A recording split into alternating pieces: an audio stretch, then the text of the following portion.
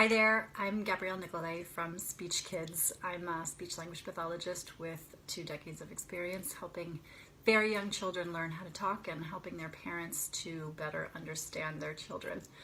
And I've been thinking a lot about choices this week. And so I'm going to set this up, and it's a little bit of a goof out, which if you've watched any of these videos, you know I sometimes do.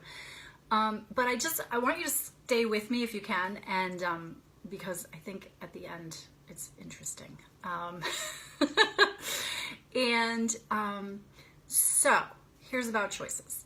We have all these choices in our lives, right? We have choices are a big deal. In fact, we choose when to get married, and we choose when to move and where to move and who to live with and who not to live with. And we make all of these choices in our lives. We choose when to become pregnant. Many of us, we choose when to initiate adoption proceedings if we make that choice. We choose any number of things. Our clothes in the morning.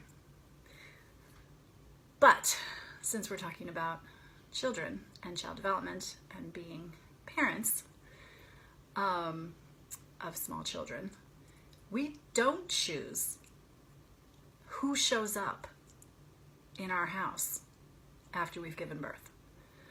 And I know that seems like a little bit of a weird thing to think about and a weird thing to say, but it's kind of a big deal. You don't just invite just anybody to your house, right? You don't do that, let alone take a stranger, a total stranger, and give them a place to sleep and feed them every meal and take care of them, even in the middle of the night when they wake up crying.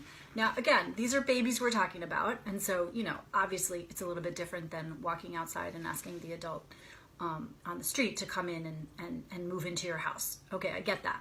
But at the same time, you know as much about your infant at first as you do about the guy on the street.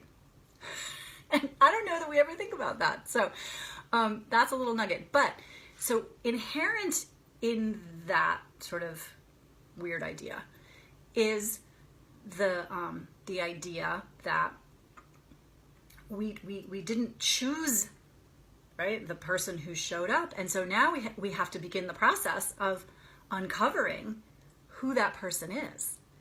And sometimes those discoveries are lovely, right? So we see one of my kids has a dimple from their grandfather. It's lovely. Another child has that sideways smile of another aunt or uncle.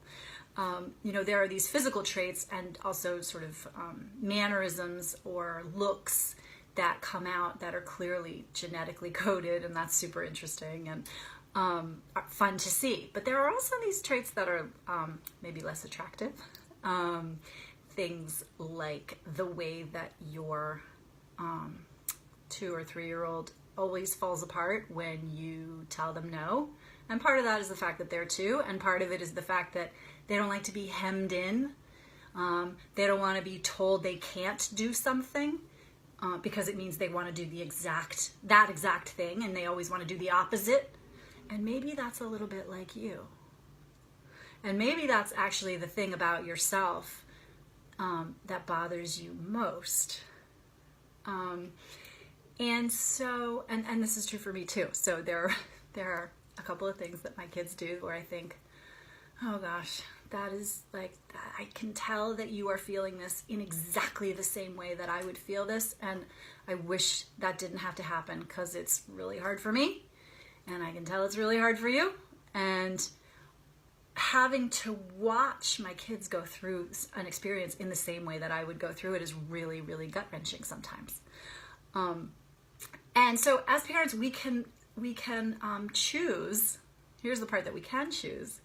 We can choose to sort of confront those characteristics or mannerisms or traits that push all our buttons. Acknowledge that they're probably related to something that we don't like so much about ourselves. And then decide if we are going to try to change that in the other person, if we're going to recognize it, call it out, and make peace with it. And I do this better some days than others. And it's definitely something that I am working on. And so I'm just wondering about you. Do you see things in your kids that you would rather not see? And are they things that, bother you about yourself? Or maybe about your partner? And how do you respond in those moments where you see that trait come up and it pushes all your buttons? What do? Are you trying to tamp it down and refuse and resist? Or are you looking at it and saying, oh, isn't that interesting?